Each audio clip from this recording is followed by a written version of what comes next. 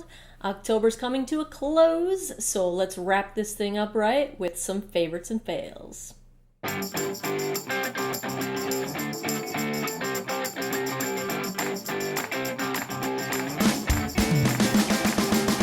Hey everybody, Shelly here, and today I've got for you my favorites and fails, mostly favorites, for the month of October. As I am sitting here filming this, the Chicago Cubs are in the World Series. It is playing in the background right now, and that makes me very happy. I'm a White Sox fan, but I do hail from Chicago, and I was a Cubs fan as a little kid. They broke my heart in 1984, and I never got over it. So I'm really happy to see them in the World Series, and go Cubs go. I hope they take it all the way. No offense to everyone in Cleveland. I appreciate your pain, but it's been 108 years, people. So since we last spoke, a couple of other things have happened in my world. I chopped my hair off. Can't really tell so much from the front, but I did. Cut it all off in the back. It was so fried from the bleaching that I had done for about 9 months, almost a year, and I just chopped it all off. And also, I turned 42 years old, so 42 clicks around the sun. Happy birthday to me. Hopefully I am reducing the signs of aging on my face as opposed to watching them get worse. And a few of my favorites this month have to do with skincare, so I'm going to share all of them with you, and let's get into it before I yap your ears off. First off, since we're talking about hair, might as well tell you what I dyed my hair purple with. So I had originally done the blue with sort of purple highlights at the salon, and they had used Pravana hair color, and I had my stylist dye my roots back to my natural color so that I don't have to continue bleaching it anymore. I'm going to let roots grow and just deal with the color that's left. So part of that was I was tired of damaging my hair so much. Part of it was really expensive. I had to bleach my hair every 6 weeks, and it was expensive. So I wanted to cut back to something I could at least occasionally DIY. So I am a follower of Kristen Leanne's YouTube channel, and she created and runs Arctic Fox hair color. And so the purple that I used on top of the blue that I had in here from Pravana was this Purple Rain from Arctic Fox. And I skipped some sections so that I would keep some of the blue, so I've got like purple and blue sort of stripes going on now. I'm not going to be quite so careful next time I dye my hair. I'm just going to dye everything purple from that point on and be lazy about it. But I have to say, I really, really, really love this formula for a couple of different reasons. First off, it smells like grape soda that I remember from childhood. This is a vegan and cruelty-free formula that is awesome. It smells really good, but the most impressive part to me, not only is, so the purple that is remaining in my hair right now, this is 5 weeks old. No joke, 5 weeks this has lasted, and it's barely starting to fade now. The other thing that I really like is, so when I did my hair the first night, I did it in the evening, my hair was soaking wet, dyed it, rinsed it, all that stuff, and I went straight to bed. When I woke up the next morning, there was no purple transfer onto my pillowcase. That's kind of unheard of with a semi-permanent color, so I am really impressed with not only how well this applied, how well it smells, how nice the color looks, how saturated and deep the color has stayed over time. It's vegan, it's cruelty-free. I have not only no complaints, but I have a whole lot of love going on for Arctic Fox. I'm probably going to be trying a few different colors from them. So that is on my agenda. What colors are next? I don't know. What do you think I should do? Comment down below.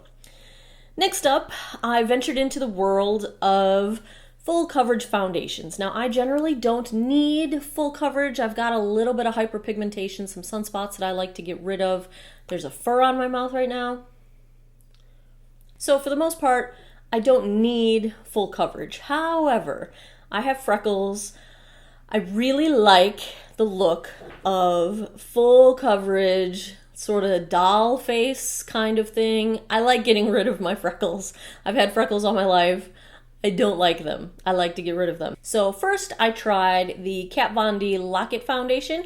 I had started at shade light 42 and it was too light for me great problem to have. That rarely happens to me. So I stepped up to light 44, and it's just about right. It might be a tiny bit too light for me right now, but by the time the rest of my color fades for winter, this is gonna be good. The other one I tried was the Urban Decay All Nighter Foundation, and I've got this in shade 1.5, which seems to be a pretty good match for me. Now, both of these, I love them both. They both wear really well. They both did not settle into fine lines and wrinkles. They did not accentuate my pores. They did not accentuate the texture on my face. I was really impressed with both of them. I did not seem to have too much trouble with the Urban Decay oxidizing. I think it oxidized on me a tiny bit because I started in the morning and thought it was too light. By evening time, I thought it was a better match for me. So maybe it oxidized a tiny bit, but nothing like the complaints that I've seen people have. So I'm keeping it because it seems to work pretty well with my skin chemistry, whatever's going on with my skin. The Kat Von D was a little bit harder to work with in that it's a fuller coverage and sort of a more matte, drier coverage, but neither one really dried out my skin, and I have dry skin to begin with. So I was really impressed with both of them. I like both of them. I'm going to keep and continue to use both of them. I really like not having freckles, so that has been a lot of fun. While we're on the topic of face stuff, this is the Poreless Face Primer from e.l.f. And, you know, I tend to shy away from really cheap facial skincare products, mostly because they tend to have ingredients like parabens and things that I try to avoid for the most part. But I have to say, I really like this primer. It's the Poreless Face Primer, and I've got some large pores on my cheek and the center of my forehead that really bother me. And the only downside of this primer is that it smells a little bit like you are rubbing Lysol on your face. It's kind of a strong citrus scent, but in a Lysol kind of way. If you can get past the odor, it works really well at sort of filling in pores and giving a smoother look to the face. So I was impressed. I've used it for about 3 weeks now, and I like it a lot. I'm reaching for it every day. I think that says something, right? While we're on the topic of e.l.f., I picked up two other things in that e.l.f. haul I did a couple weeks ago that I've been using. First is the e.l.f. Under Eye Primer. It's Hydrating Under Eye Primer. And the second is their Under Eye Setting Powder. Now, I'm not sure which of these is doing the job that I'm liking, but the combination of the two, I've been using them together, and I have been reaching for this combo for my under eye area every single day because my eyes at the end of the day are not looking crepey and dry, and this setting powder, it's a translucent setting powder, but it seems to be doing a really good job at preventing my concealer from creasing or settling into my fine lines.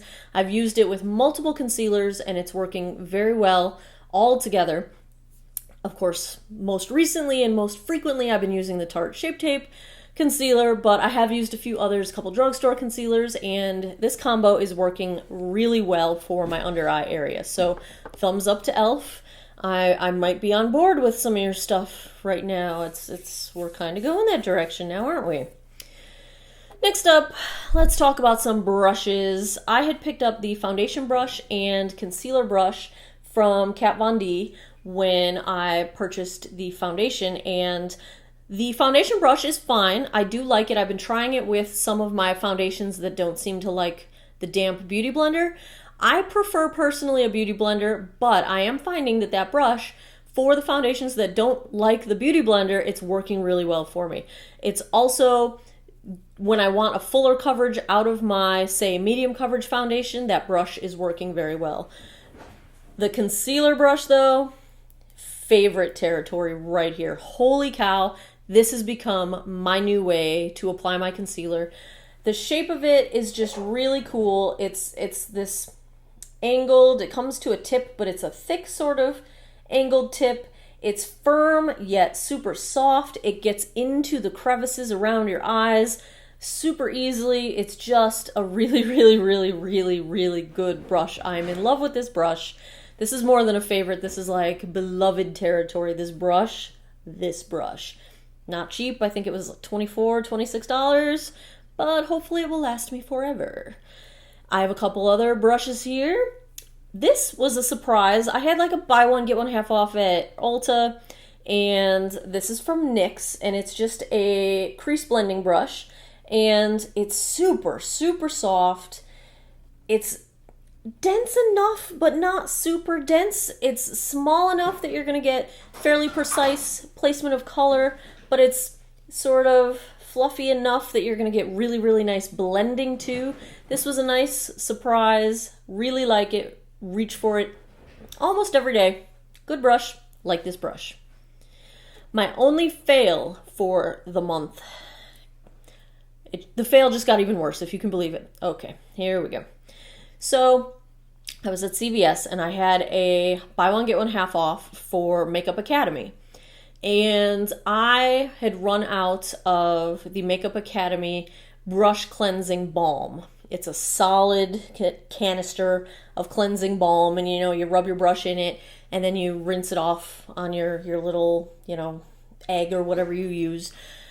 Love that stuff. So I bought that, and for my half off, I was like, I see a bunch of these MUA brushes. I think I'm going to try one. So I picked up the Smoky eye brush because I'm a sucker for blending brushes, and I liked the shape of it. It looked like it had a nice sort of tapered edge. It looked like it was pretty soft. I don't like two-sided brushes because you can't really stick them in your jar without screwing up one side of them, so that kind of annoys me, but I got this one. It looked like a fairly nice flat brush on the other side, right? So the first time I used it, dip into my shadow. It was the Naked Ultimate Basics palette, if you must know. And I dug in and I'm, crease blending, and the hairs are just falling all over my face. Like, I've literally got a dozen strands of hair from the brush on my face. Look, I just pulled out 3 more. Like, how many more can there possibly be to come out of this brush? It was horrific. It was kind of tragic. It was, when you're picking hair off of your foundation and you're trying not to mess up the makeup you just did, really annoying. And now I just said that it had gotten worse. When I picked the brush up off of the table, it broke into 2 pieces. I've literally used it twice. Like, come on now. Seriously? Fail, fail, fail. You can guarantee that even if this brush was a dud, I am not going to even waste my time or money on another MUA brush ever again. Even at half off. Not worth it, because they weren't cheap brushes to begin with. They're $10, $15 brushes? No. While we're on the topic of eyes, you had to know that this was coming. The Metal Matte Palette from Kat Von D. I have been digging into this thing like crazy. It's just gorgeous. Every color is awesome. I have not found a dud in this palette. At this point, I have used every single color in the palette at least one time, and I am going into multiples at this point. So, love this palette. Limited edition. Get your hands on it while you can. It's huge. There's a ton of product in here. Every shadow is great. The metal matte combos you can come up with. So many different looks out of this palette. With just this palette. Yes. Get you some. Get you some. Last up, I have some skincare for you guys. I was going to say y'all. Sometimes I think the Chicago in me is leaking out my ear and being replaced with the Central Virginia Shenandoah Valley in me. Okay, maybe the southern thing is starting to happen. I don't know. But first up, I have a drugstore find. Just so you know, Ziva has jumped up onto my table here, and she's moving the lights around. So if I look like the lights are flashing and flashing, it's my cat. This is the new masks from L'Oreal. They've got 3 different clay masks that they've put out. This particular one is the Pure Clay Mask Pure. is the version. So get down. Will you get down? So this one is the 3 kinds of clay plus red algae. And this one is meant to purify, brighten the skin. They're all listed as doing that. I picked this thing up. I tried it a few times. I really like it. My skin feels very, very soft after I use this mask. But I most like the scent. It's not like seaweed, algae, the way I would expect. Like, I have some alginist masks that they have some algae and things, and they do smell kind of like the ocean. This does not smell like the ocean. I can't really figure out what exactly it smells like. It smells fresh. It smells sort of like, I mean, the first thing that comes to mind is cinnamon, but that's not right. But it's got that, as if you had a nice, you know, tangy, savory cinnamon treat of some kind. It's got that sort of invigoratingness to it. I can't think of words that describe this very well, but I really enjoy this mask.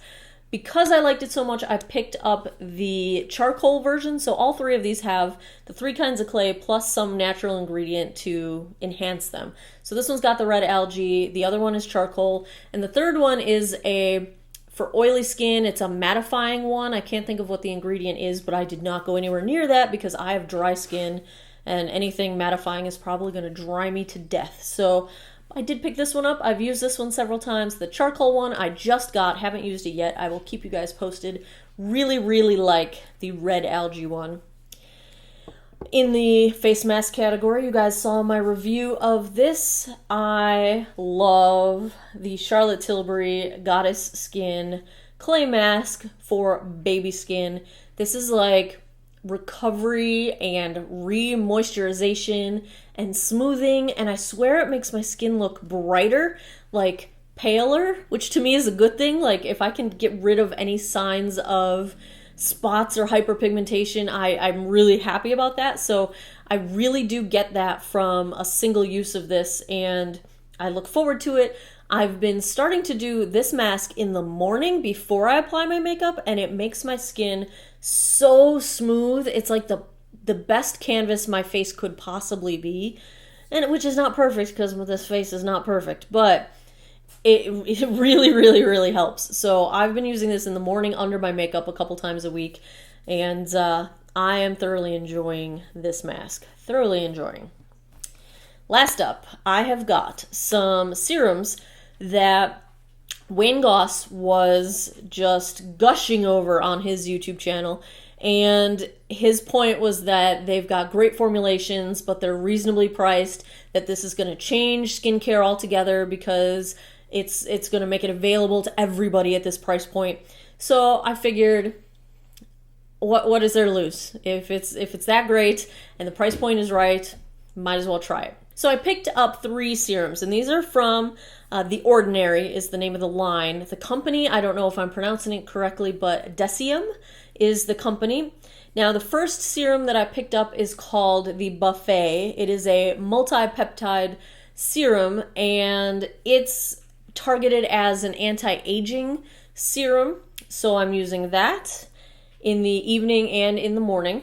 And then I picked up the Alpha Arbutin 2% with hyaluronic acid.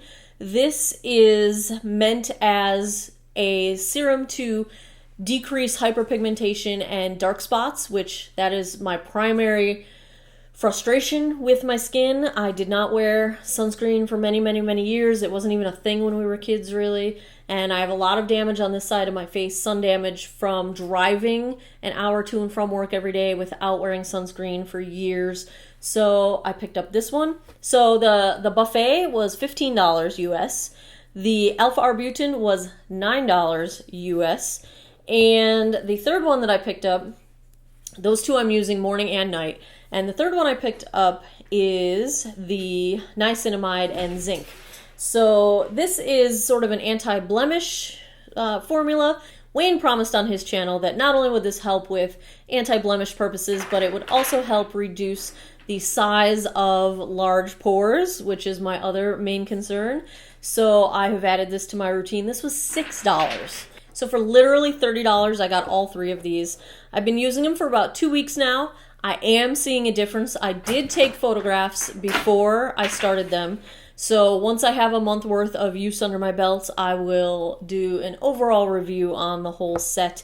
The way I'm using them, I'm using the niacinamide only in the morning because it can react with vitamin C, L-ascorbic acid. So I'm using my vitamin C products in the evening, I'm using my niacinamide in the morning, and I'm using the other 2 in the morning and the evening, in addition to my Sabbatical Beauty Dorian Gray retinol serum and a couple other Sabbatical Beauty items, and my IT Cosmetics Confidence in a Cream moisturizer. So that is my current facial routine. It seems to be going well. I will keep you guys posted as I get some more evidence gathered on all of these serums, but hopefully I've got high hopes. I have high hopes. They're doing good so far.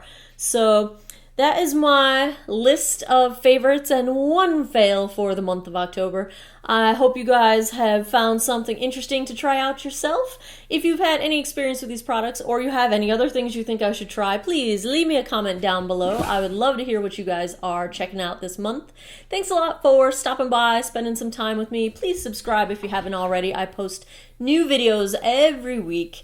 I appreciate your time. Take care. Have yourselves a wonderful day or night wherever you are. Take care of each other. Bye-bye.